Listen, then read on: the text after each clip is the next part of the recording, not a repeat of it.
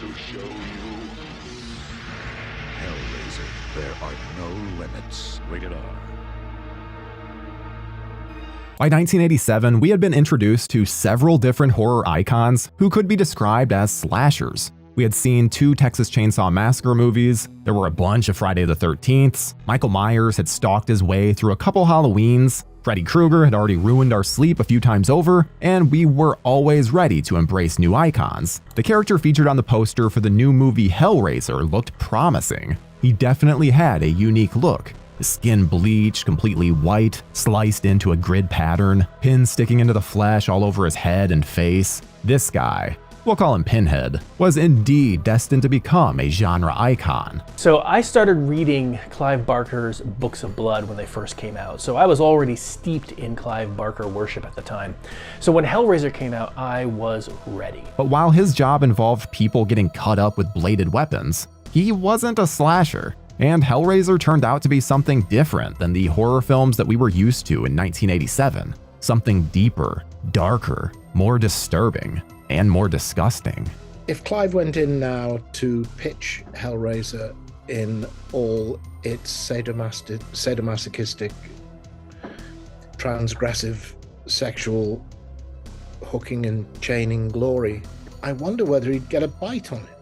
You know, I look at movies that shocked me in the 80s. One of them that I always go back to and talk about is Hellraiser. Another movie that came out in the 80s that I really loved was Hellraiser. Clive Barker first brought the concept of Hellraiser into the world with his novella, The Hellbound Heart, published in 1986, in the pages of an anthology called Night Visions.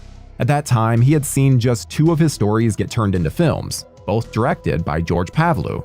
In 1985, there had been Underworld, also known as Transmutations, and 86 brought Rawhead Rex. To say that Barker wasn't impressed with either movie would be an understatement. He considered them to be cinematic abominations. If there was going to be another film adaptation of his work, he intended to direct it himself. He had made a couple of short films in the 70s, and he figured he couldn't do it any worse than Pavlou had. So he turned to producer Christopher Figg and asked him what he could get made as a first-time feature director. Figg said to aim for a budget under $1 million. Barker told The Guardian that Figg had advised him to make something that would require just a house, some monsters, and pretty much unknown actors. And Barker happened to be working on a story that could be brought to the screen with those exact elements: The Hellbound Heart. It was also just the sort of story that he wanted to tell with his first film. He wanted to make something about good and evil in which sexuality was the connective tissue, and not the sort of sexuality usually seen in horror films, which is young people having sex and then getting killed. His film would have a sense of sexuality inspired by his time as a hustler and his experiences of going to S&M clubs. He had seen plenty of people get pierced for a sexual thrill. He had even seen blood being spilled in the name of pleasure. That's the type of sexuality that would be at the core of his movie. Listen, I was a dude that was attracted to things, and I knew that some of the bodysuits that were being worn, it was something that I was like, this is fucking cool. Like the leather, the latex, it just felt taboo to me. It felt like a movie that I shouldn't have been watching. Even now, I mean, chains flying out of rotating mirror things with faces. It just, it felt wrong, and I think that made it attractive to me, but I didn't think I should be watching it. Not only did he direct it really beautifully and with such great control, but what it was doing in terms of its imagery and what it was saying about our own desires really made me wonder how fucked up I was, personally. And we're still finding that out, just so you know. Barker was able to secure a budget of $900,000 from New World Pictures, a company run by the legendary Roger Corman, and he reworked The Hellbound Heart into a script. If you're familiar with Hellraiser and decide to read The Hellbound Heart, you'll find that Barker made one of the most scene-for-scene faithful adaptations ever. The novella is basically the movie on the page. It makes sense that the movie was extremely faithful, not just because Barker made it, but also because the book is quite short, just over 150 pages. So Barker didn't have to simplify or trim out moments. He actually added some. He just had to change the writing into the screenplay format. He did make some other changes along the way, most notably the relationship between 2 characters, but nothing major. You probably already know how the story goes. It begins with a man named Frank Cotton. He's staying in his childhood home when he solves a puzzle box that unleashes supernatural beings known as Cenobites. That's how Pinhead enters the picture, although in the film he's simply credited as lead Cenobite. He's accompanied by the Chattering Cenobite, the Butterball Cenobite, and the female Cenobite, or as fans know them, Chatterer, Butterball, and Deep Throat. These beings are said to be explorers in the further regions of experience, demons to some, angels to others. They proceed to tear Frank apart, giving him pain and pleasure indistinguishable. Soon after, Frank's brother, who was Rory in the book but is named Larry in the film, moves into the house with his wife Julia. See, Julia had had an affair with Frank right around the time of her wedding to Larry. They even had sex on top of her wedding dress. While moving in, Larry accidentally cuts his hand and drips blood on the floor of the room that Frank was destroyed in. This allows Frank to escape from the dimension of the Cenobites and starts regenerating his body. It's an impressive special effects sequence, similar to Freddy Krueger's regeneration in the next year's A Nightmare on Elm Street 4: The Dream Master. Frank doesn't completely regenerate though. He needs to feed on others to fully get back to himself. At this point, he doesn't even have skin. Here you have one seriously unnerving concept: a skinless escapee from hell lurking in the attic of a home while a married couple goes about their lives in the rooms below. He soon reaches out to Julia for help. She's a cold and distant woman, but her passion for Frank burns hot. Their brief affair was very intense, and she's so into this guy that she's willing to kill for him. She goes out on the town and picks up men, returning them to her attic, where the men are murdered so that Frank can get his skin back. It's quite a twisted love story, but there's trouble in this bloody paradise because the Cenobites don't like it when people escape from them. A character named Kirsty is a mousy friend with a crush on Rory in the book. In the film, she's Larry's daughter and Frank's niece. She's the one who's able to find out what's really going on with Frank and Julia, and after solving the puzzle box, she alerts the Cenobites.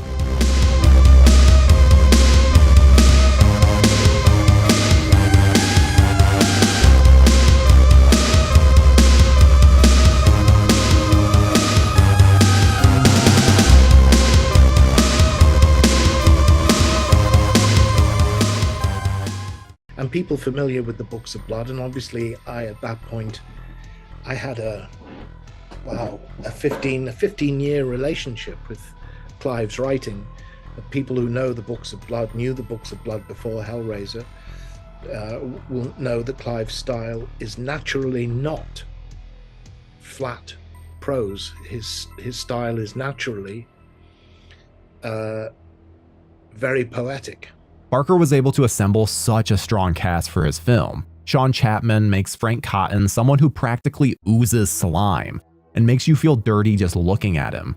When Frank doesn't have skin, the role is taken over by Oliver Smith. Andrew Robinson has a creepy screen presence and has played a lot of villains during his career, most famously in the first Dirty Harry movie. But here he was cast as Larry, the clueless potential victim of his wife and brother. Ashley Lawrence plays Kirsty, who is smart enough to want to keep her distance from her stepmother. At first, Kirsty is just a loving daughter, starting to make her way through life as an independent adult. It's when she has an encounter with her skinless uncle that she steps up and becomes a true heroine. She fights off Frank and takes away his puzzle box, realizing it means something to him. Faced with the Cenobites after solving the puzzle herself, she's able to keep her wits about her and make a deal with these supernatural beings. She understands they're actually the lesser of three evils. Because I've always argued that you can take the Cenobites out of that story entirely. Just forget the Cenobites exist and think about the story of Hellraiser. It works. Frank and Julia are the monsters in the film. The Cenobites are impartial judges, umpires. Frank and Julia are more evil and more dangerous than the Cenobites are. At least the Cenobites have some degree of honor. To save herself and her father, Kirsty enters a house she knows is inhabited by murderers. And her solution is to bring sadomasochists from beyond the grave with her. Now that's a final girl worth looking up to. Producers suggested that Barker fill the Cenobites' roles with stuntmen, but he insisted on hiring established actors. So Nicholas Vince became Chatterer, Simon Bamford plays Butterball, and Grace Kirby is Deep Throat. Vince and Bamford would reprise their roles in the future, but Kirby refused to endure the Cenobite makeup process for more than just the one film. The Cenobites are entirely out of time, I've always argued.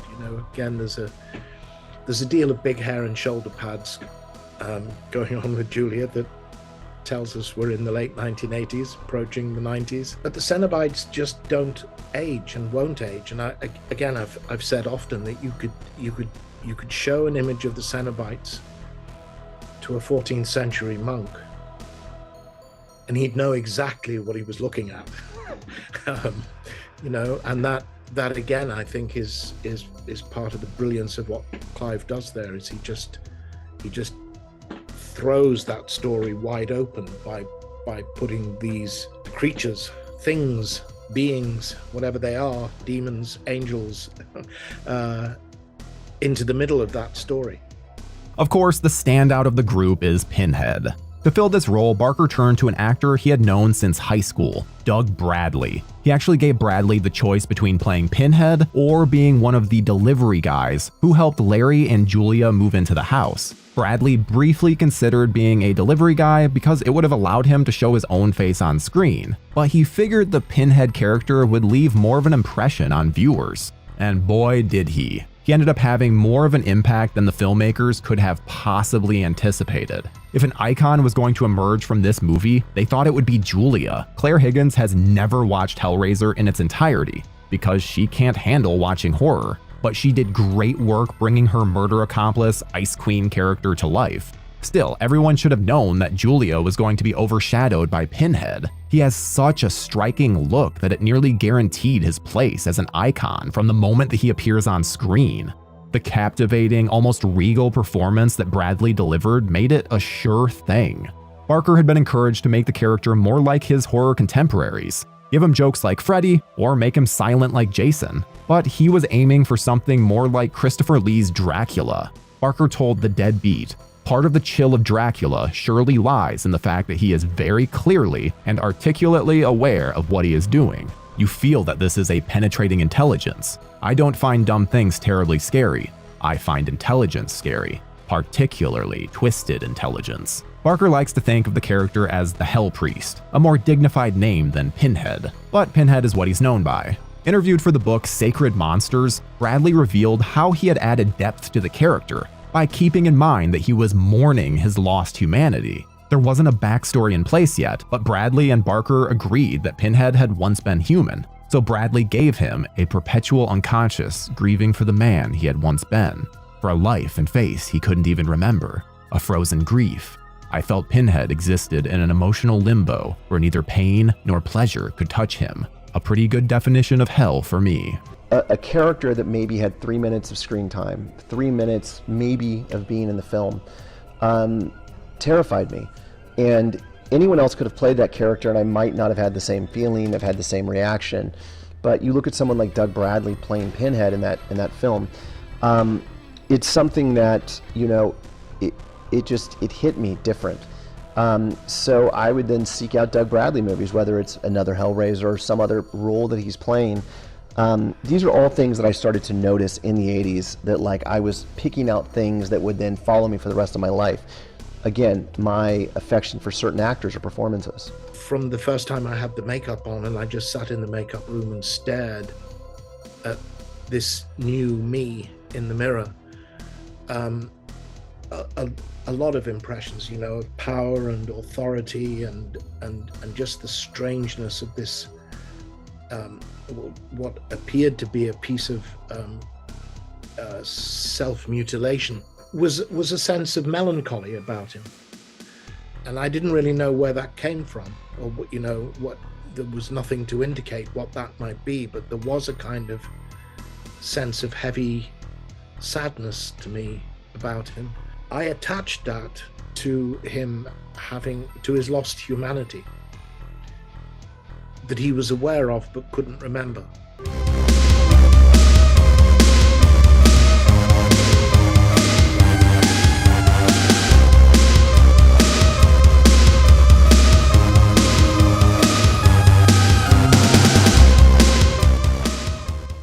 I first saw Hellraiser during the horror VHS renting spree that I call my childhood. I had become a dedicated horror fan around 1987, so this would have been one of the earlier viewings for me, and it troubled me more deeply than many of the other horror movies I had seen. This was something different, more intense, more extreme. The film stacks multiple, creepy, unnerving concepts on top of each other. Nearly everything about it troubled me in some way. The gore, the infidelity, the sleaziness of Frank. The film is enveloped in a thick atmosphere of dread, and it features some seriously screwed up characters. It feels dirty and off-puttingly weird. It was uncomfortable to watch, but that's actually a good thing when a horror movie can make you as uneasy as Hellraiser made me, and still makes me, to a lesser degree, when I watch it now. As a kid, I was even put off by the oddly out-of-place feeling of the setting. And that wasn't even intentional. Hellraiser was shot in England, and Barker meant for it to be set in England.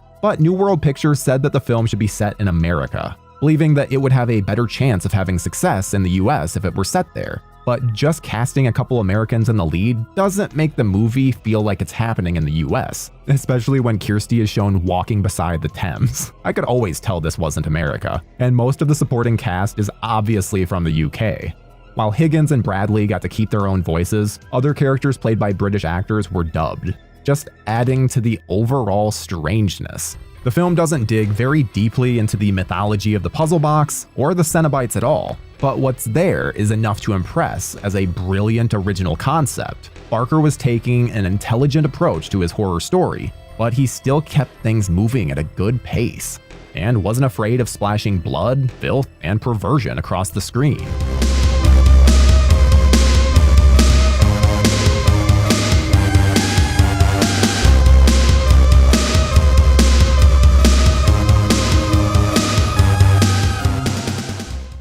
It was not quite like any other franchise horror movie I'd seen. I loved its brazen sexuality and its gore, and it would just seem like the filmmakers were putting everything they had into it because they didn't have the budget. They had to work with the limitations and make it work for them. And that's kind of my favorite kind of horror movies. I think it's something that which is what was really the original independent genre or horror movies, of course, if you go back, to the 60s and 50s.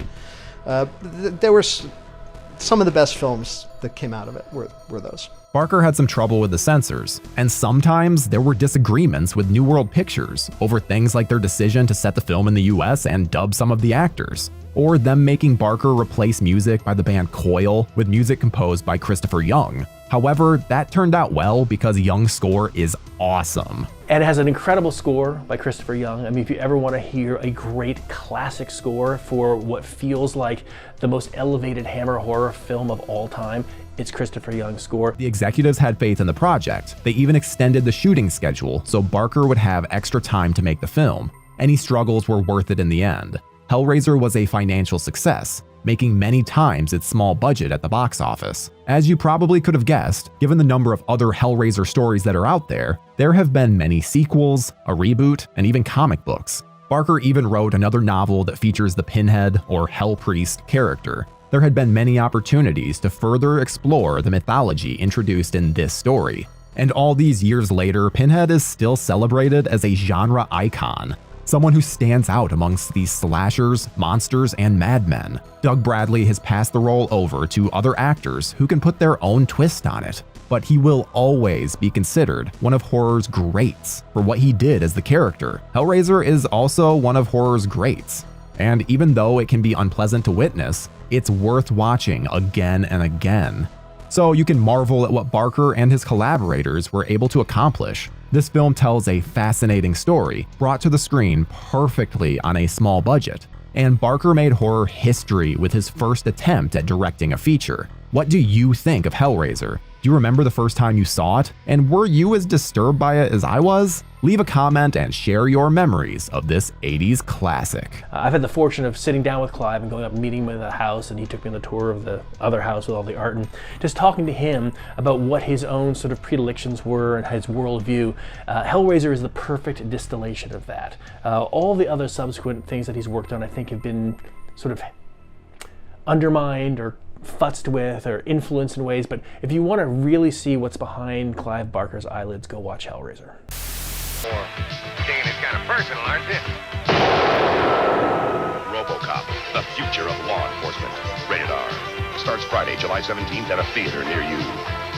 When I think about how many references and nods to the decade there are in modern pop culture, growing up as a kid in the 80s was pretty cool. We were spoiled for choice when it came to sneaking out to our local cinema, of which there were 2 near where we lived. Not huge multiplexes like the ones that somehow survived a pandemic and the streamers, but 2 independent venues that were either a decent walk away or a short drive if mom or dad were taking us. One of the venues still exists today, but its programming generally focuses on either plays at Christmas time or cover bands or artists every week.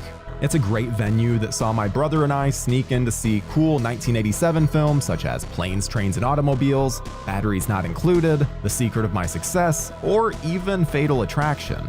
Alright, I confess, we never managed to skip the Ushers to see that one. But the schoolyard was abuzz with rumors of a bunny being boiled and Jack from Romancing the Stone having some rather more serious lady trouble this time. One dodgy VHS later acquired that same year confirmed both rumors to be true.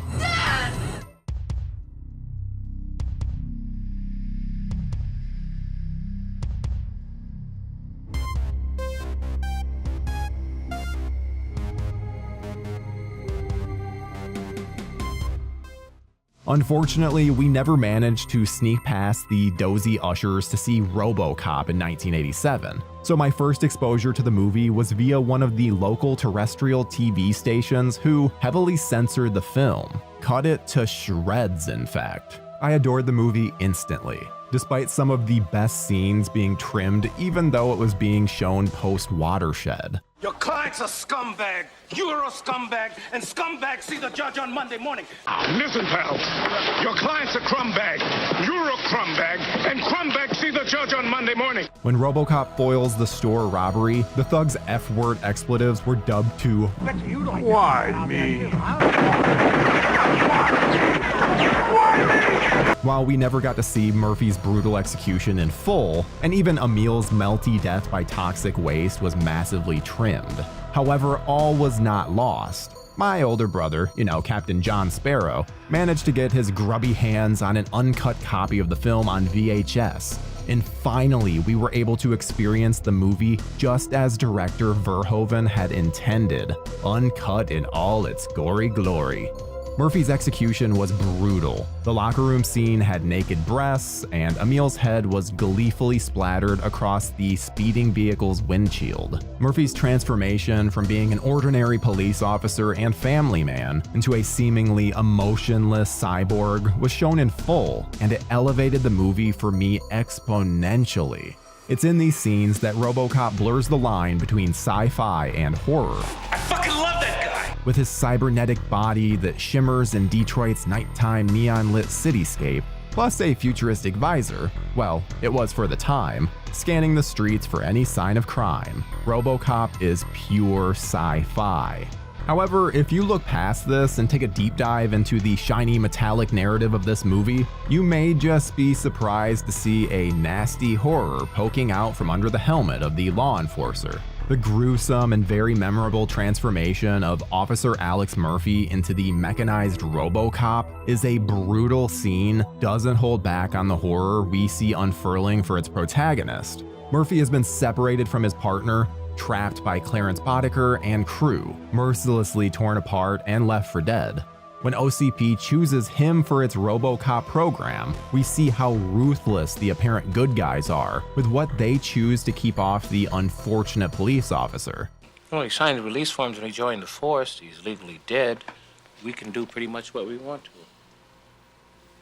Lose the arm.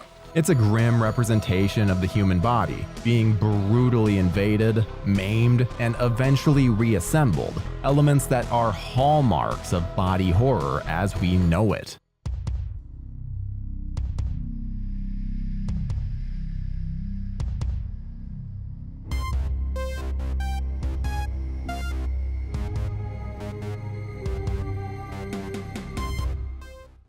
RoboCop is another one of those examples of machinery, sentience. Are they going to happen? Of course, the RoboCop was part human. I think he started as a human. They roboed him up later. So is it worth it? This is the question I asked myself watching it. Is it worth it to mechanize parts of me that might be dead and carry on?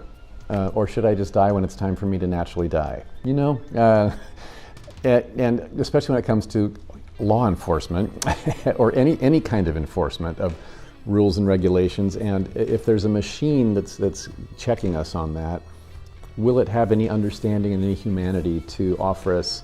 Because everything isn't just black and white answers. You know, there's a gray area on so many things that like a person would be able to listen to our story and go, well, you know what, like a traffic cop, I'll let you off on this time, but here's a warning, don't do it again. Right, a robo may not understand that. It's like, here are the rules. You are not in compliance. Bum bum bum. You know, that's like when you're on a customer service phone line and you're like, no, there's not an option for the what I need. Are you wanting to close your account? Press 1. If you're wanting to pay your account, press 2. It's like none of the options apply to the question that I have for this last bill I got, and so you can't. So if you have a cop in front of you that has that same mentality of, well, here's the options I have, that's it, no humanity, that scares me to death again, yes. Looking back on RoboCop, you can see the clear links to both body and psychological horror running throughout the narrative. Set in a violent, near-apocalyptic Detroit, evil corporation Omni Consumer Products wins a contract from the city government to privatize the police force. To try out their crime-eradicating cyborgs, they need a fallen officer to be their test subject.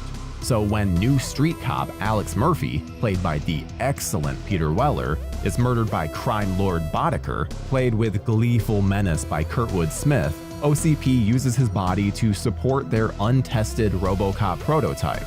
However, when RoboCop learns of the company's nefarious plans, he turns on his masters. The concept of human identity is not only brutally challenged, but also distorted, much like Murphy's body, throughout the narrative.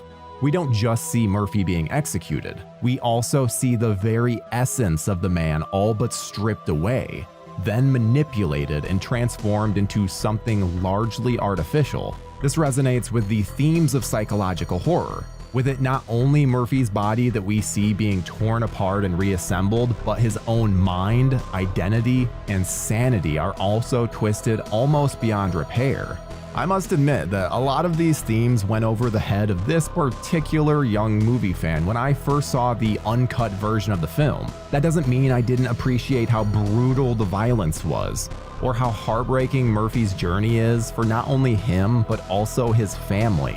Despite them only having limited screen time, of course, I was enthralled by how director Paul Verhoeven was able to create a movie that effortlessly blended futuristic sci-fi action and violence with an engaging story. The script also managed to introduce supporting and side characters with their own unique personalities and motives. Even poor Bobby, with a short appearance and unwitting ability to fly, is one of the most memorable characters.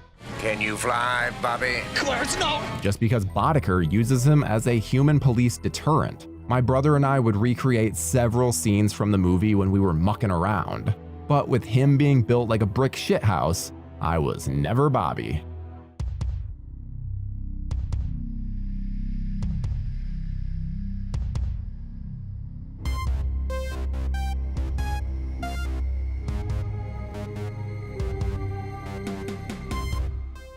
It was only when I watched the uncut version of the movie with more mature eyes that the biting satire and social commentary brought more meaning to the film for me. Movies were often heavily censored for TV broadcast in the 80s, and even though I disagreed with it one iota, it wasn't just RoboCop that fell victim to the trend. John McClane's Yippee-Ki-Yay Motherfucker was changed to Yippee-Ki-Yay, Mr. Falcon. The point is that movies such as RoboCop have to be experienced just as their director intended. Thank you for your cooperation. Good night. In all of their uncut glory. The hardcore violence is an element of the movie that lends itself perfectly to the themes in the film, especially in the fine line it treads between humanity and artificiality. Murphy's mechanical existence finds the officer stuck somewhere between being entirely alive or entirely dead, which has been a constant theme of existential horror in classic literature. There's a neat parallel between RoboCop and the novel Frankenstein from 1818, written by English author Mary Shelley. The story revolves around a gifted scientist called Victor Frankenstein, who succeeds in giving life to a being of his own creation. However, the resulting entity is not exactly the perfect specimen that he had hoped for, and Victor and mankind ultimately rejected the hideous creature in general. Just like the creature in Shelley's novel, RoboCop is a creation who struggles to find his own way in an increasingly volatile and unforgiving world. Of course, the creature in Frankenstein is of limited intelligence, while RoboCop is much the opposite. His strength and abilities are heightened by the cybernetic suit that he finds himself now entwined with. However, both Frankenstein and RoboCop start out with incomplete memories of their past and slowly regain fragments over time. Murphy's in the form of his family and murder. You really don't remember me, do you? Excuse me. I have to go. Somewhere there is a crime happening.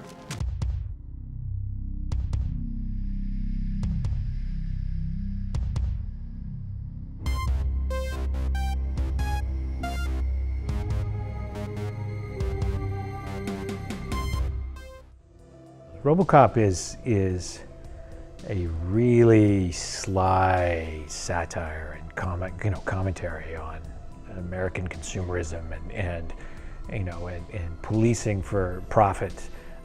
You certainly think our world with prisons for profit and all these other things is directly predicted by that film, and the sheer craziness of it and how it incorporates all the advertisements and the I'll buy that for $1, and it captures the world we live in now with a relentless savagery and humor. RoboCop is and it has that great score done by the same composer who did Conan the Barbarian, and it's and the suit is amazing. Again, Rob Bottin created suit, and Peter Weller's performance, and it's another tragic monster movie, right? Another tragic Frankenstein story. Is I am created deliberately by somebody who wants to just forget my humanity exists, and that's a problem when I come back to roost. So. Yeah, it's a great story. Murphy's murder is one of the most horrendous, violent scenes I've ever seen. Our household back in the 80s was probably much the same as most folk at the time. We had a standard 4x3 TV with 4 channels and a remote that was connected to it via a long, cumbersome wire. The most high-tech gaming technology that we had was a rubber-keyed ZX Spectrum 48K that would later be upgraded to a Commodore Amiga, plus a family dog and a one-eyed hamster. Don't ask, it's a long story. One constant, however, was our unified love of horror, especially between my brother and myself. As I mentioned, our parents would let us watch some fairly explicit TV shows and movies, which was in contrast to our friends. One of my pals had a birthday party in which we all gathered around to watch Top Gun on VHS, only for his mom to fast forward during the tame, soft-focused sex scene between Cruise and McGillis. One thing that always fascinated me, not only in horror movies but also in any movie genre, were the villains. I was also obsessed with Star Wars as a kid and always found the bad guys far more compelling than Luke and their friends. Sure, Han Solo was cool as fuck. Chewie, take the professor in the back and plug him into the hyperdrive. But I always rooted for Vader and the Empire in the original trilogy. This is another major highlight of RoboCop, and something that also leans the movie in the direction of the horror genre, the Rogues Gallery. Clarence Boddicker doesn't exactly look fearsome or intimidating, but his sheer brutality and fearless persona is chilling. This is exemplified throughout the movie, especially when he's arrested by Robo, and upon being taken to the police station, he calmly looks at Sergeant Reed, spits blood, and says, "Just give me my fucking phone call." Of course, Boddicker's merciless taunting and execution of Murphy towards the beginning of the movie shows his truly gruesome nature, but it's in the movie's other, more subtle nuances that show the character for what he really is. The sheer monstrosity of Boddicker and his crew help to generate a palpable sense of dread in the film, a classic trope of the horror genre.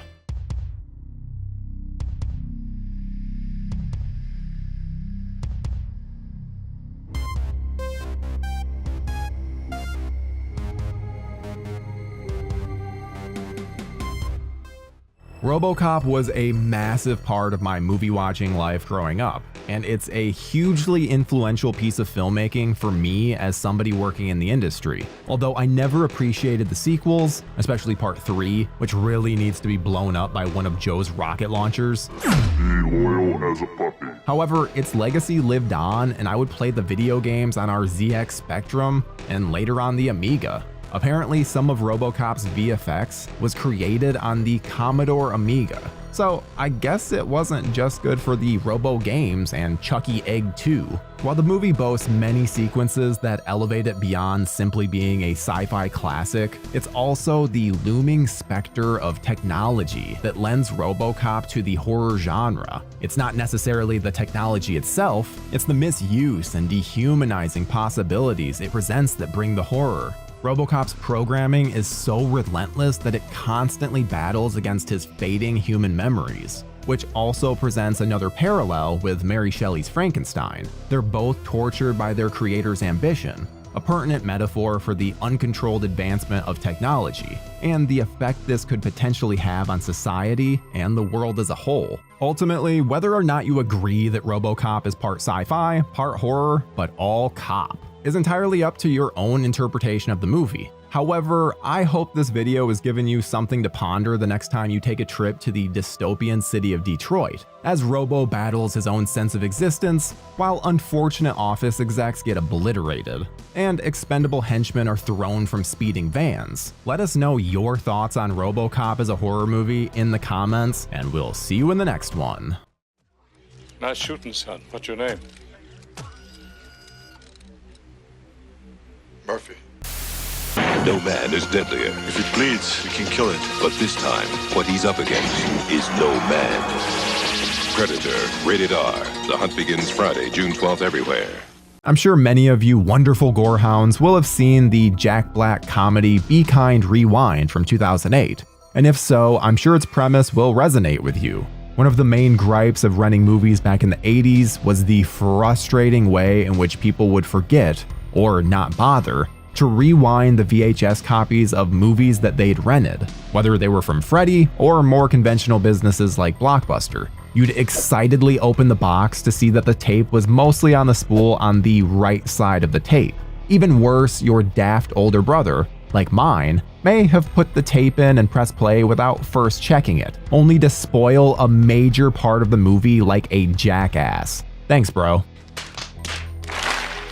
However, this time around, Predator remained unspoiled, but also unrewound, which meant waiting a while for that shitty, rickety VHS player to rewind the tape, making a desperate whirring sound as it did so. My brother is a few years older than I am, and he would also invite his older pals to watch movies with us, which, to be fair, was pretty awesome, especially if some of those friends were girls.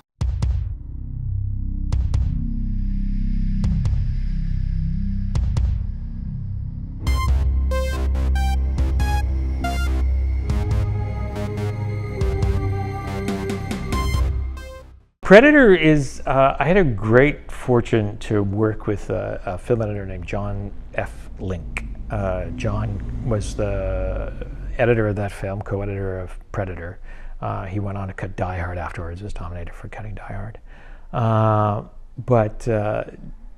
When I worked with John was on an HBO series called The Hitchhiker. Which was, basically anthology Yuppies Run Amok. But the interesting thing about the time I worked with John is it was during his break when they were on hiatus and redoing The Creature from Predator. So they had shot all the stuff with The Creature that didn't work, with the Van Damme creature, the praying mantis, And then they shut down while Stan Winston was redoing The Creature, and that's when I worked with John during that period. So I heard all about the version of Predator that didn't work. I would sit in his cutting room and he would tell me all these stories about it, and heard a lot about, you know, Arnold hated it and this and that, and nobody liked it, and it just wasn't going to come together. And they had this new version that they were going to go back and shoot for 6 weeks when he finished. So we finished working on The Hitchhiker in January. That was like my first job in the film industry. I was like as an apprentice film editor, and he went to cut that, and I saw John that summer. And after Predator was finished, and it just literally saw it in the theater, then went and had lunch with him in down in California. And he talked about just what a difference it was to get this creature that works so effectively now, and the fact that it was this great sort of mask, and how those battles all went. But all that was reshot. All that was something they did later. They had the whole film, and then they had to go back and retroactively put that in to make that movie work. And I think that's one of the things, it's a great story of this sort of rescue mission that goes awry, and this monster from another world and coming down to hunt. It's the most dangerous game with an alien. The plot is ludicrously simple, which is why it works so well. You could have written it on the back of a napkin. But that's why it's so effective. It's just simple, and it's just David and Goliath. Only David in this case is played by Arnold. But it's a landmark creature that still people are making Predator movies to this day. Back in the 80s, it was our mission as adolescents to obtain and binge watch as much senseless, over-the-top sex and violence as possible. And to a large degree, we succeeded. There were also rumors of raunchy porno mags being stashed away under the local leisure center's entrance ramp, which were true. I finally get to see what a vagina looks. Oh God! Oh my God! Oh my God! And my friends would brag about iconic scenes from movies that they had watched recently via a dodgy VHS copy. The eye gouging from The Terminator, or when Bruce Campbell chopped his own hand off in Evil Dead 2, would gain mythical status between my pals and I. Some of us hadn't even seen those movies, but we would wax lyrical about the scenes as if they were still fresh in our memories. After seeing Predator for the first time, another set of scenes and quotes soon began to take on a mythical status.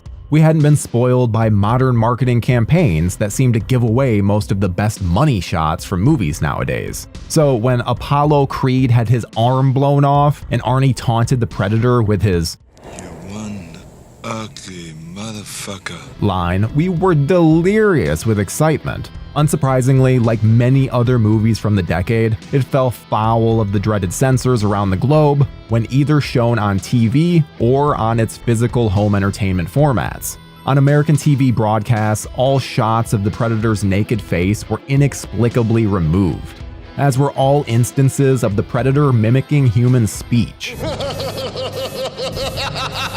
Also, quite hilariously, a lot of the best moments of the movie were cut for TV broadcast. Amusingly, in the Italian language version, one solitary word slipped through the dubbing process. Around the 1 hour and 16-minute mark, Dutch is being chased by the Predator and says shit as he slips and begins sliding towards a cliff. Oh, shit!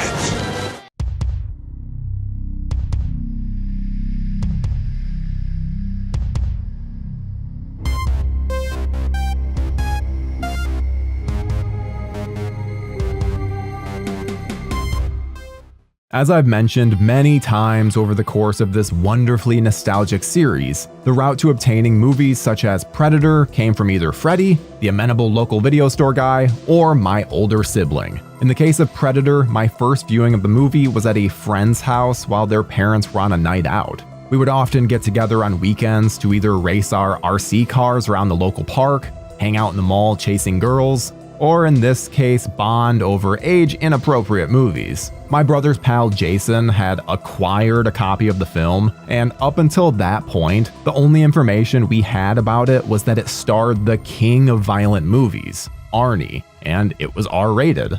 Oh, and apparently there was a scene in which somebody's ripped open chest cavity was on full display, which there was, and it was awesome. This clandestine viewing of Predator was one of the most defining moments as a young lad where you feel like you're doing something that you shouldn't be, but the rewards far outweighed the potential fallout. In fact, during our second viewing of the movie, Jason's folks returned from wherever they had been that night, probably drunk, and didn't give a shit that we'd taken over the front room and were waxing lyrical about the Predator being one ugly motherfucker. My friends and I would talk about that night for years, about the over-the-top muscles and machismo on display, the amazing retro visual effects, and especially as the movie really kicks into gear in the third act, as Arnie's squad starts to get picked off one by one. It's one of those movies that, if it comes on TV, I can't help but get invested in it all over again. And yes, even if it's the version that's cut to shreds.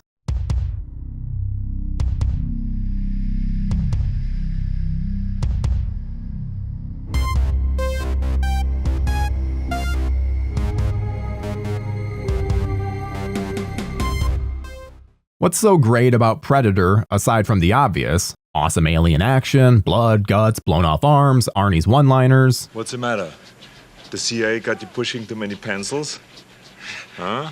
Is that it's also a very efficiently directed action thriller. Director John McTiernan displayed a wonderful knack for visuals and mayhem in the movie, and would further enhance his reputation in action cinema with the irrepressible Die Hard the following year. It's a superb clash of genres with a pretty simple premise that throws a grenade-sized bunch of ideas at the screen. It's a horror monster movie, an 80s action behemoth, it has sci-fi leanings, and it also makes the most of its muscle-bound cast, with one-liners and dumbass machismo thrown in for good measure. It was a shame my friends and I didn't get a chance to witness the mayhem on the big screen when we were kids, but that first load of R-rated movies we saw helped to shape my love for film, and was also the first major expansion of my cinema universe. Also helped in a huge way by a certain space opera that Disney inexplicably seemed to have ruined since acquiring Lucasfilm. Rey Skywalker. I'm a firm believer that cinema is a way of life, and you can never replicate the thrill of experiencing an amazing movie for the first time with like-minded fans on the big screen. Although we never got to sneak into a screening of Predator, our adolescence was still full of memorable movies caught on the big screen. I'll bite through the back door sometimes.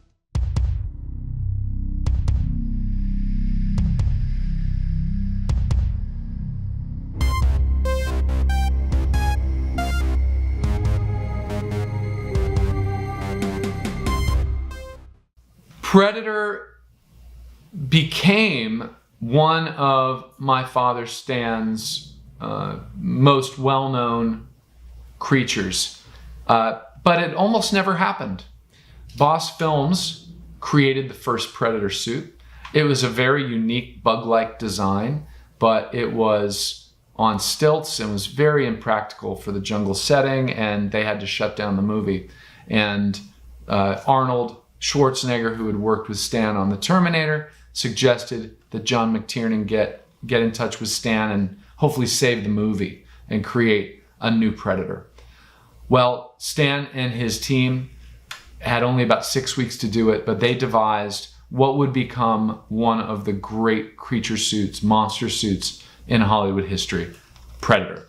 That film works really, really well. They put together the most macho men in the movies at the time, Arnold and Carl Weathers and Jesse the Body Ventura and other just muscle men of the day, and they all are trying to outdo each other in the macho department. And then along comes 7'4" Kevin Peter Hall in a Stan Winston Predator suit, and he outmuscles them all. And that's really what makes the movie great. With the success of Predator, not only in cinemas, where it eventually grossed $98.3 million worldwide off a reported budget of $15 to $18 million, but also via home entertainment. The talk of a follow-up was inevitable. So, after Arnie went toe-to-toe with the 7-foot monster, did a massively lucrative and critically lauded franchise emerge? Well, not exactly. But that's not to say that the subsequent movies and crossovers were altogether a disappointment. In 1990, 20th Century Fox released Predator 2, directed by Stephen Hopkins and starring Danny Glover, Gary Busey, Bill Paxton, and Kevin Peter Hall once again as the titular Predator. Arnie's absence was a huge loss. But the movie is a lot of fun, with the Los Angeles set action a neat idea and its modern cult following much deserved. You are one ugly mother. Fox also released 2 more sequels with the Nimrod Antel directed Predators in 2010 and Shane Black's The Predator in 2018, both of which have their moments but fail to enhance the franchise any more than being simply average action movies. It wasn't until 2022's Prey, a prequel directed by Dan Trachtenberg, that the franchise was stripped back to the basics for a lean, mean, and effective stalk and prey thriller. It had some great kills and a superb lead role for the awesomely named Amber Midthunder. You could get shot sneaking up like that. Who's sneaking? Aside from the several sequels and that one prequel, we also got the divisive Aliens vs. Predator films, plus some fun video games that allowed you to play as either a Predator, an alien, or even a colonial marine. I spent many an hour playing the superb Aliens vs. Predator 2, mainly as the Predator, so I could splat alien acid blood all over the place. Man, I love that game.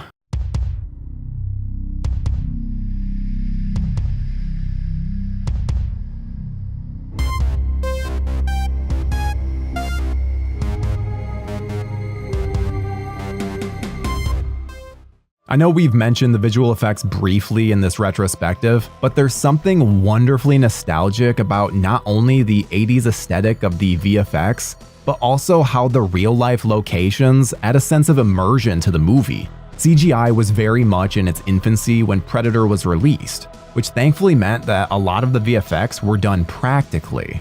The Predator's costume looks amazing, and the gory gags littered throughout all have that great practical look to them.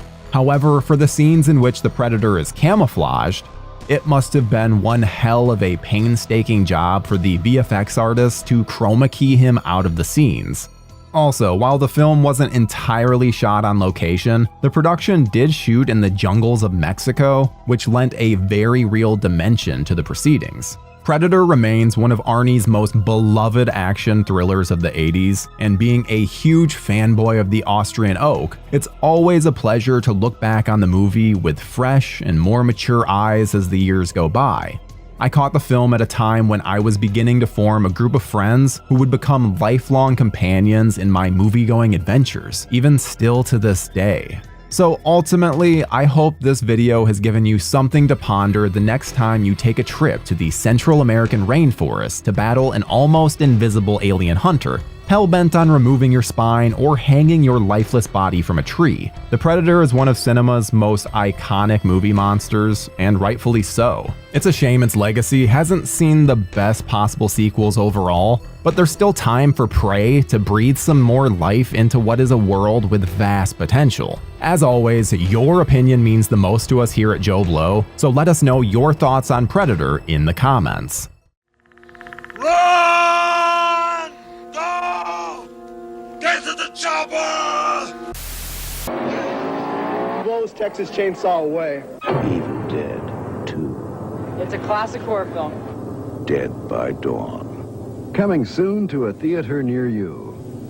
In the great John Cusack vehicle from 2000, High Fidelity, the main characters have a discussion on what the word yet means, and plug in Evil Dead 2 as the source. Just come on, what would it mean to you, that sentence? I haven't seen Evil Dead 2 yet. Well, to me it would mean that you're a liar. It's a bit where John Cusack's character Rob is asking his employee Barry, played by Jack Black, if the yet in the sentence means he was planning on seeing it. He's using the movie as a placeholder for what his ex-girlfriend may or may not do with a new man. But the exchange is great as Barry talks at length about how good the movie is in all aspects. It's so funny and violent and the soundtrack kicks fucking ass. And he's not wrong. It's nearly a perfect recommendation, but let's look at how it got there. Evil Dead is the 1981, or 1983, well, both, horror classic that Sam Raimi and his family and friends made based on their shorter film, Within the Woods. It took blood, sweat, and tears to make, and you can watch our other 80s horror memory all about it to learn much more. It made waves and even a decent amount of money, while also gaining a fairly famous and important fan and horror author and legend, Stephen King. This was crucial, as Raimi couldn't come up with the money, and King was able to help out in that department, which would lead to Raimi appearing in the King miniseries adaptations, The Stand and The Shining. Well, you know, the funny thing about Evil Dead was I couldn't wait to see it. I couldn't wait to see it. You know, I think the big thing, and Sam Raimi always jokes about the fact that they ran into Stephen King on the streets in New York and like asked him to come in and watch the movie and give them a quote. And the quote on the movie poster is the most ferociously original horror movie ever made. That was on the movie poster.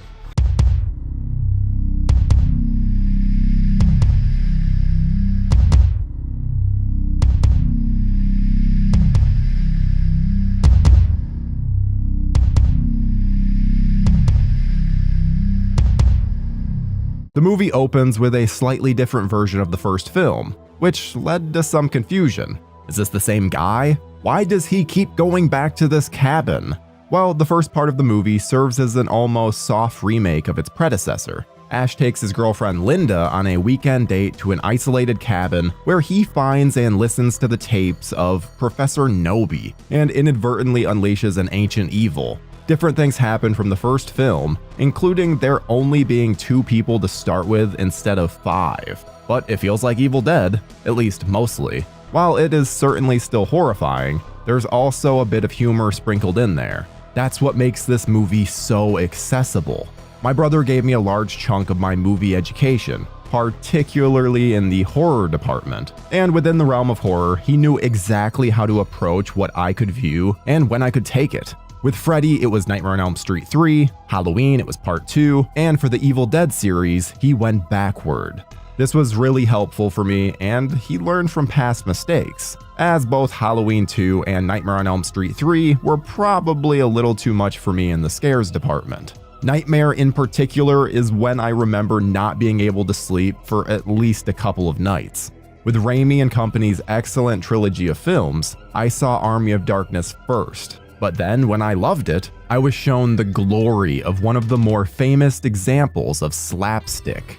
That genre may have been used heavily by Peter Jackson in his early output, but it was perfected in 1987 with Evil Dead 2. Its mix of extensive gore, scares, and humor has yet to be matched, and probably never will be. The special effects that mix in everything from stop motion to trickery to good old-fashioned on-screen practical effects never cease to amaze and are a wonder to look at on screen.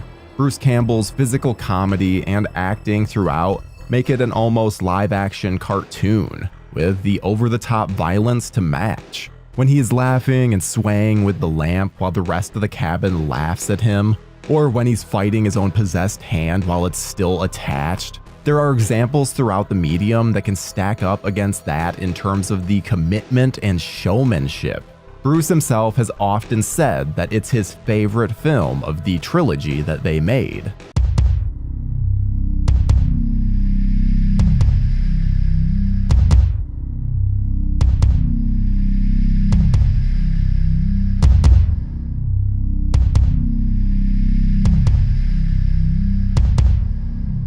Weirdly enough, with my career, I've found myself working on sequels to movies that inspired me or changed the direction in my career. You know, working on Day of the Dead was the sequel to still my favorite movie.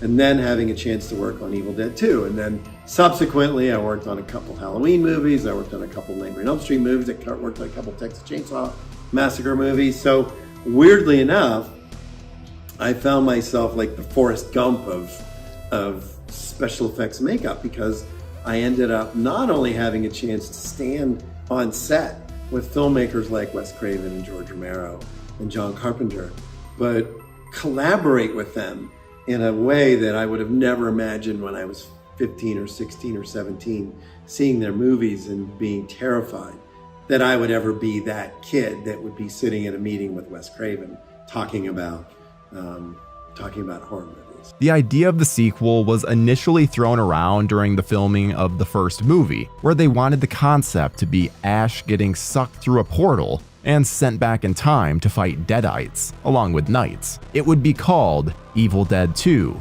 Evil Dead and the Army of Darkness. But that fell through. Raimi would make the movie Crime Wave, which was a massive flop, and ended up losing his financing for the proposed sequel. After conversations with some producers, they were greenlit, but the request was that the movie be much more similar to the first film. Another reason why the first part of Evil Dead 2 is a loose remake of its predecessor. Of course, the concept of Ash going through time would live on, and as this movie ends, the third sequel, Army of Darkness, was set up and eventually came to fruition. While the movie was requested to be similar to the first one, there are definitely differences, particularly in tone. The first Evil Dead is a lot of things, but funny is not one of them. Evil Dead 2 was written by Sam Raimi and Scott Spiegel, and the humor may have been in part due to where they were when writing it. Spiegel himself was influenced heavily by the old Popeye cartoons, the Three Stooges, particularly their slapstick behavior. I will show you the Stooges. And the Hamburger Helper mascot? Yes, he had made a short film about it in his teens called Attack of the Helping Hand that pretty much helped write the scenes with Ash's hand being taken over by the evil in the woods. While the rest of the cast is serviceable in their roles, of admittedly mostly archetypes and caricatures, it's Bruce and Ted Raimi who steal the show. Ash is one of the most beloved horror characters of all time, but do not sleep on Raimi, who puts in an outrageously entertaining turn as the Deadite resurrected Henrietta Nobi, who resides in the basement. This is a step up from his role in the first movie, which was credited as Fake Shemp, showing that Spiegel wasn't the only one influenced by the Three Stooges. A fake Shemp is a term that was used in Three Stooges shorts when, after Shemp Howard died, they would use someone and show them from the back to where you couldn't tell that it wasn't him. There are a lot of actors in this franchise who merely show up as fake Shemps to portray characters that have already died or turned into Deadites. While Henrietta was a much more important role for Ted Raimi, it was also a lot harder than just being a fake Shemp. So Ted, how does it feel to be stuck in that costume all day? I guess it's inexplicable. It's beyond your wildest nightmares. As a much younger fan, I had already been exposed to Ash in a way. I had seen the box art of all three movies with Ash front and center on two of the three, but also from a video game that shamelessly stole from the ever-changing hero. When Ash gets ready to fight the good fight and is in the work shed, we are treated to him saying his famous line of groovy. I had already been playing a computer game called Duke Nukem 3D and thought the character was an awesome, overly macho dude, but later found out he stole most of his lines from tougher, more fun movie characters.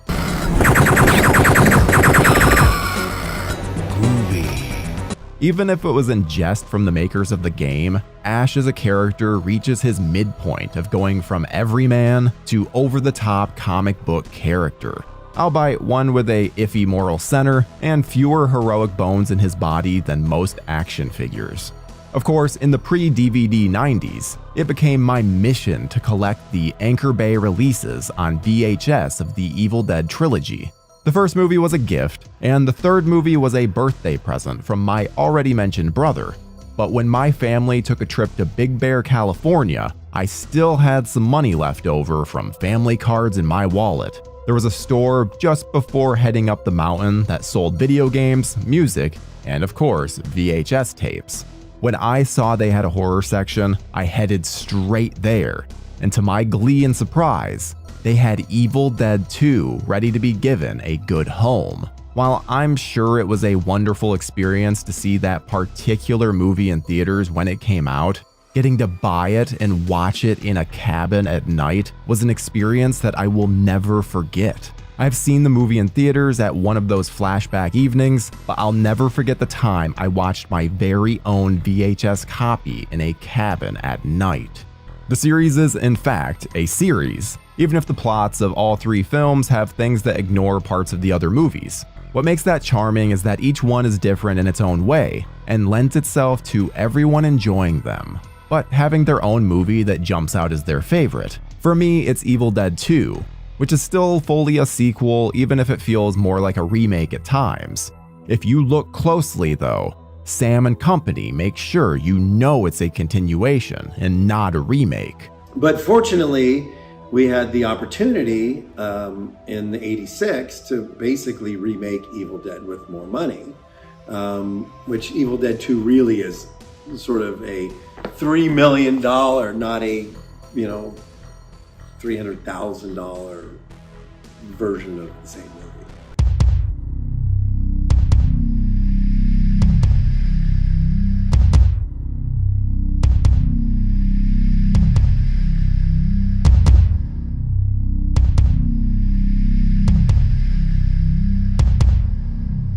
There are so many great scenes in the film, from Ash going crazy in the cabin after his girlfriend Linda is killed, to becoming a Deadite himself, to the comical mischief that ensues when the rest of the human characters get to the cabin. But for my money, it's the scene where he has to take on Deadite Linda, both her severed head and her Ray Harryhausen-inspired body. She taunts and berates him, but also switches back to his sweet girlfriend to ask for help. It's got the perfect musical cue and switches back and forth between horror, comedy, and even a little drama.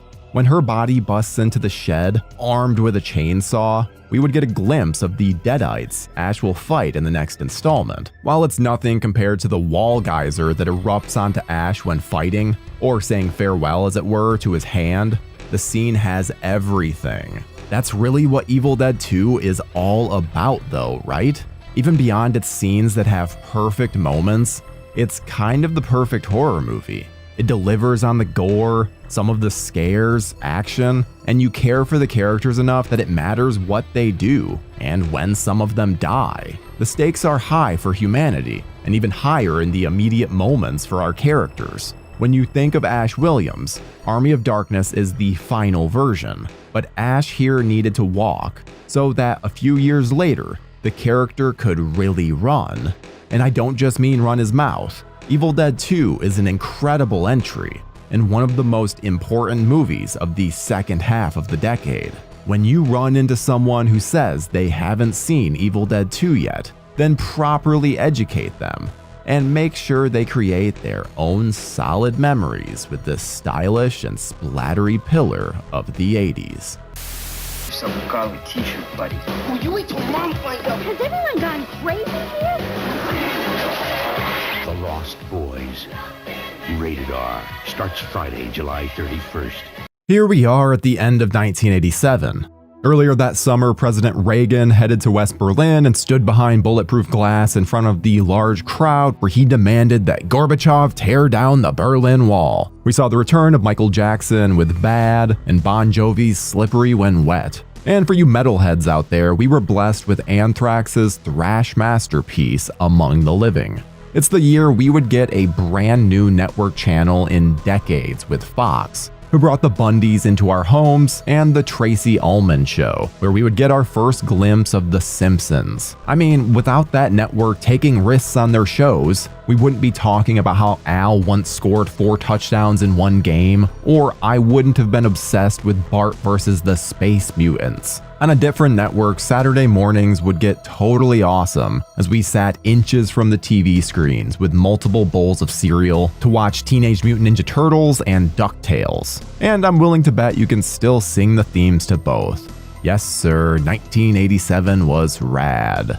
With all the pop culture coming to fruition and shaping who I was as a kid, this was also the year that my obsession with movies was taken to another level. Of course, I would watch them with my parents or older siblings before then, mainly comedies like Back to the Future or Overboard, but those weren't ones I would watch over and over alone. Enter my dad, who brought 2 movies into my life that absolutely changed me. Pee-wee's Big Adventure from 1985, and another one of a completely different genre, and a much different rating. I've always been a huge fan of vampire films, starting with Bela Lugosi in the classic Universal film, all the way through to Christopher Lee's incarnations as Dracula in the Hammer films. And it had been a while since we'd seen a new twist on vampires until the Lost Boys came along. If you were a child back in the 80s, chances were your parents or babysitters put on tapes of Sesame Street or something equivalent to family-friendly entertainment to stimulate your mind. That was me with the Lost Boys. My mom was a nurse who worked nights, and my dad was a dude in his late 20s who didn't know any better. I can't blame the guy for not wanting to sit around with his kids and watch those shows. The same goes for my older siblings whenever they had to watch me. They just wanted to bring this little guy into their own world and hope that one day he would be cool, just like them. Instead of wanting me to listen to stuff like Raffi, they'd blast AC/DC, Iron Maiden, and Motley Crue. Iron Maiden? Excellent! And indeed, it shaped me into the metal and horror fan that I am today. I had seen horror movies before then, of course, sometimes with dad and my siblings, and sometimes late at night from the hallway when they thought that I was asleep. Most of the time, they were too scary for me to fully finish. But when it came to The Lost Boys, it was just like Goldilocks testing out something from Baby Bear. It was just right. I would have the movie played over and over, to the point where I'm sure everyone was sick of it. I actually do remember my dad coming home from the video store one day with a tape in hand. Everyone was curious about which flick we were going to watch that night, and then everyone sighed in unison when it turned out to be The Lost Boys. Gotta keep the little kid happy, you know? I talk about these movies a lot when I do interviews that define cool for me. Usually, movies like Heathers, I use Christian Slater a lot, like Heathers or Pump Up the Volume, or these, he was the definition of cool. But Lost Boys, to me, was the definition of cool at that time.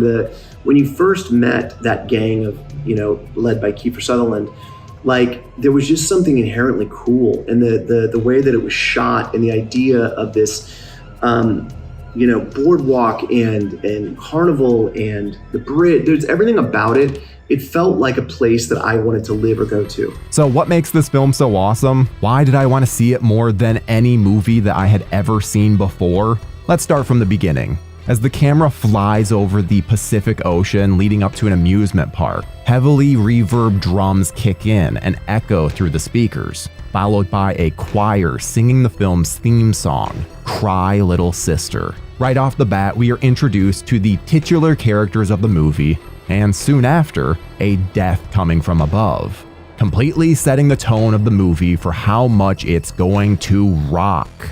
Another thing this film tells us from the very beginning is that it is a Richard Donner production. I'm not going to sit here and pretend to tell you I knew who this man was by the name recognition when I was just 5 years old. But in the years that followed, it would be a name that would be very important to the entertainment that I welcomed into my world. For starters, there was not a person I know who grew up in the 80s and wasn't obsessed with the Goonies.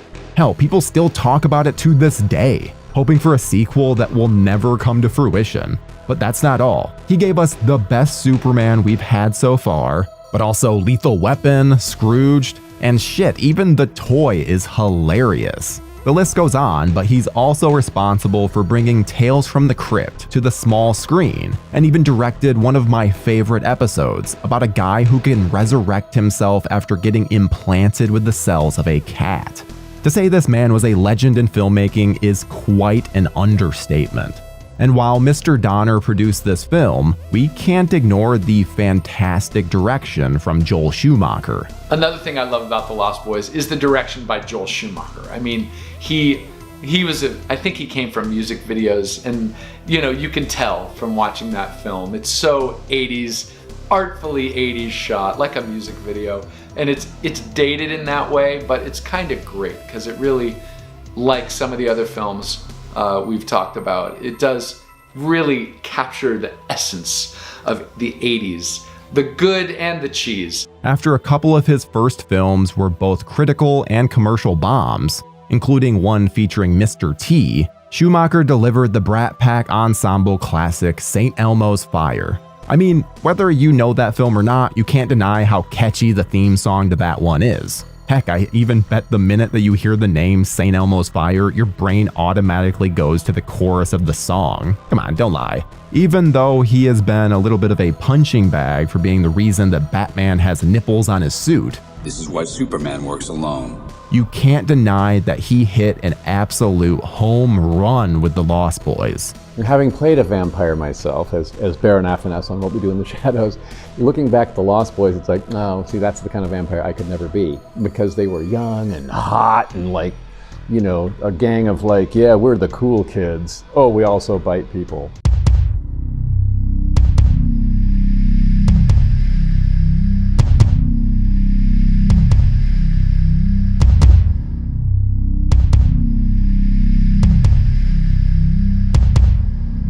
Another thing this movie hit a home run with was the cast.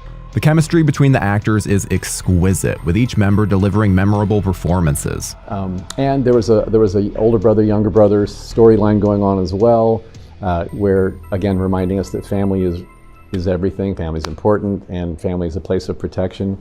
But then you bring in these elements of vampires, and like, now what do we have? Right? Jason Patric's portrayal of Michael is nothing short of mesmerizing. He brings a brooding intensity to the character, creating a complex and compelling protagonist. Michael's journey from a regular teenager to a conflicted vampire is a testament to Patric's acting prowess. His ability to convey the internal struggle, the allure of the vampire lifestyle, and the yearning for connection with Star adds layers to the character, making Michael more than just a victim of circumstance. The late Corey Haim, who plays the younger brother Sam, injects the film with infectious energy and charisma. His character provides a perfect balance to the darker themes, offering comic relief and a relatable teenage charm. You're a vampire, Michael. My own brother, a goddamn shit-sucking vampire. Will you wait till Mom finds out, buddy? Sam's witty one-liners and genuine reactions to the supernatural chaos unfolding around him make him such an endearing character. Haim's performance not only adds levity to the film, but also highlights the bond between the two brothers, making their relationship a central emotional anchor in the story. And then you have the mother, Lucy, played perfectly by Diane Wiest. Lucy's character is introduced as a recently divorced mother seeking a fresh start in the ominous town of Santa Carla. Wiest brings a mix of vulnerability and strength to the role, embodying a woman determined to provide stability for her two sons, Michael and Sam. You know, we'll just ignore that she's taking them to the death capital of the world. In the face of the paranormal events surrounding her sons, Lucy reacts with a blend of disbelief, concern, and a motherly determination to protect her family. Every time I saw her on screen, I saw my own mother. My friend from grade school was Diane Wiest's nephew. And I remember like he was like so popular in our school because that was his aunt, I guess, is it niece of his aunt? It was his aunt in that movie. And so I remember when Lost Boys came out, like, he was the cool kid in school. And Diane Wiest can't do anything wrong, ever. She's the mom that we all wanted to have, I think. Oh, they're just young. We were that age too once. And if it's the 80s with one Corey in it, there was an unspoken rule you had to have another. And this is the one that started it all. Corey Feldman's portrayal of Edgar Frog is a blend of earnestness and badassery. His deadpan delivery, along with his unwavering commitment to hunting vampires, brings a unique and memorable dimension to the film. Feldman's chemistry with Jameson Newlander, who plays his brother Alan Frog, is a highlight, creating a dynamic vampire hunting duo that adds an extra layer of entertainment. And the dinner scene where they try to see if Lucy's new boyfriend is the head vampire showcases his comic relief when the film needs it. And just 1 year later, the two Coreys starred in another film that I became obsessed with, License to Drive. I was a huge Corey Haim, Corey Feldman fan, probably like most of us. Other movies, not horror in the 80s, Dream a Little Dream, License to Drive. Now seeing these guys take on the role of vampire hunters, I was just like, this is so cool. Everything about that movie to me was the embodiment of cool. You can't mention The Lost Boys without mentioning the Coreys. They are great in that film, and it's such a classic horror trope that we've seen. The young horror fan who knows monsters are real, but none of the adults believe them, and those young people are going to face off against the monsters. Well, that's what The Lost Boys has going for it with the Coreys, Corey Feldman and Corey Haim, and we saw that in the Monster Squad and some other great 80s horror films. But I also love that part of The Lost Boys.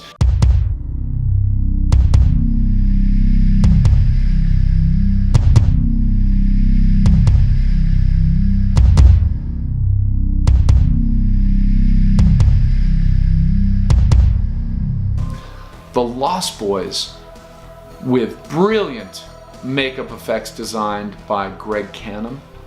The Lost Boys made vampires cool in a new way that we hadn't seen before, and made them youthful.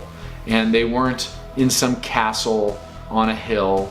They were just kids. They were, motorcycle kids, led by Kiefer Sutherland. And they were different. And when they turned vampire on you and they were ready to feast, they were scary. And Greg Cannon did some developed a wonderful look for those characters that really focused on the brow, creating this really just evil, bulky brow, and some adjustments here, brilliant vampire fangs, and of course the hair work. One of the things that really stands out about the vampires of the Lost Boys, in addition to their makeups, which we never really saw with vampires, Bela Lugosi wouldn't even wear teeth. It was just him with some lighter makeup.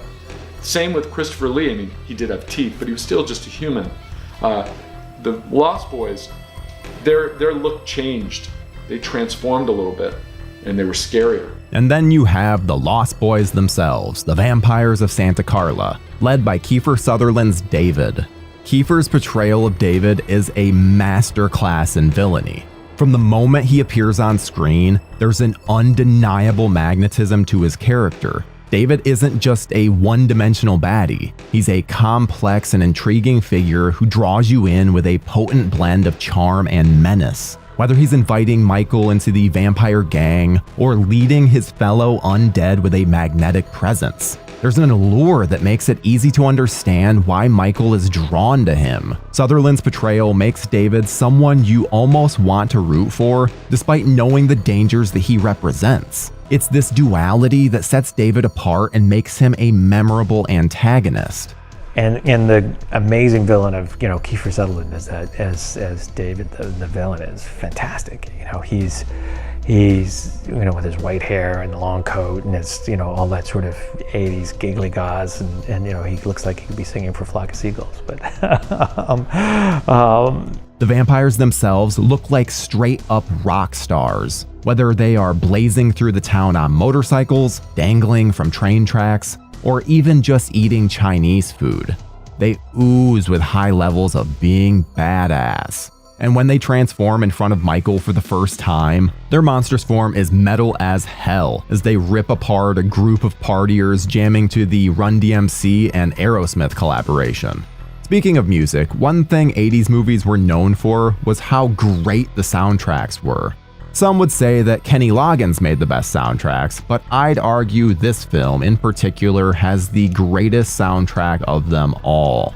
One of the standout tracks that has become inseparable from the film is Cry Little Sister by Gerard McMahon. The haunting and melodic tones of this song perfectly encapsulate the dark and mysterious atmosphere of the movie. It's such an iconic song that has been covered so many times, from bands like Marilyn Manson to a more somber rendition from Churches for the movie Nightbooks, which also has a kid in the movie obsessed with the Lost Boys. Even Corey Feldman covers it when he tours with his band. The less said about that, probably the better.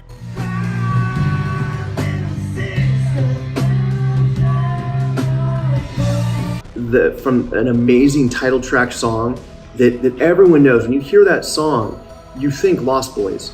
You also have Echo and the Bunnymen covering People Are Strange, In Excess, and the song Lost in the Shadows. If that song doesn't pump you up when they're riding their bikes to Hudson's Bluff, I don't know what will.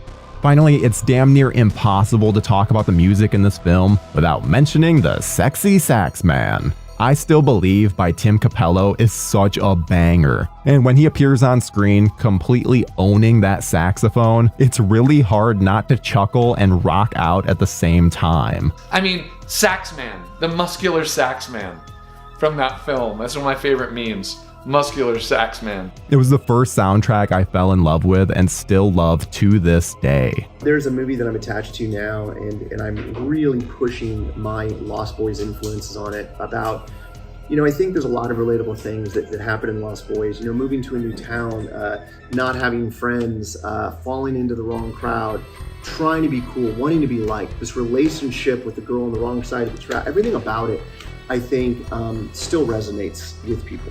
It explored, these really interesting themes. Mother now dating this strange guy, and surely he's a vampire and whatever. So there were so many really interesting themes it was exploring. So Lost Boys is one of my favorites.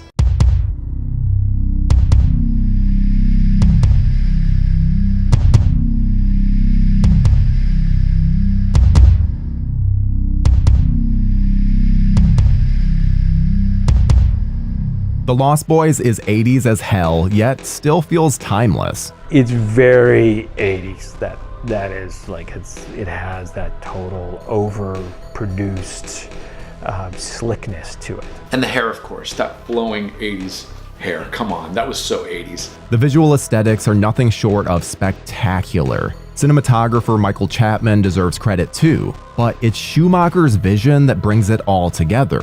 The way he captures the eerie beauty of Santa Carla and the nocturnal world of the vampires is masterful. The film's atmosphere, from the sun-soaked beaches to the dark, shadowy layers of the vampires, creates a captivating backdrop for the unfolding narrative. There are multiple scenes that are so iconic. The scene that always sticks with me is the noodles and the maggots. I can't even eat rice from a Chinese restaurant without thinking about David tricking him into thinking he was eating maggots. I mean, come on. The scene was also hysterically recreated in What We Do in the Shadows. There's worms wiggling around in my plate. Good old Paschetti. The part where Sam is freaked out over his older brother flying outside the house. So where are you? The flying nun? Hilarious. I even remember recreating the movie's final showdown in my living room while in my PJs. The 80s had some great vampire movies like Fright Night, Life Force, and the underrated and still hard to find Near Dark, which also came out the same year as this one. Hell, even Once Bitten is a fun little gem, but none of these were as important to me as The Lost Boys. With very minimal swearing and a very tame and tasteful love scene, it's a perfect gateway movie for youngsters wanting to dip their toes into the horror side of vampires. Now that I'm older, with a little version of myself running around, I stepped into my dad's shoes and introduced my little guy to this film. It was his first vampire movie, and he absolutely loved it. You could say I skipped a small hill and took him straight to Everest in terms of vampire movies. Often when I show him some of my favorite 80s movies, he doesn't hesitate to tell me how dated they look. But not The Lost Boys. That is just a straight up banger. Lost Boys is one of those movies that I'm excited about showing my son because I think it holds up. So many of these movies don't hold up. You watch them now and they're just over the top and they're bad and they're poorly acted and they're poorly shot. But Lost Boys is one of those movies that even today, it's such a fucking well-made, well-done, well-acted movie. What are your thoughts on this film? Do you share the same fond memories of this perfect film as I do? Let us know in the comments and we will see you in the next one. Death by stereo.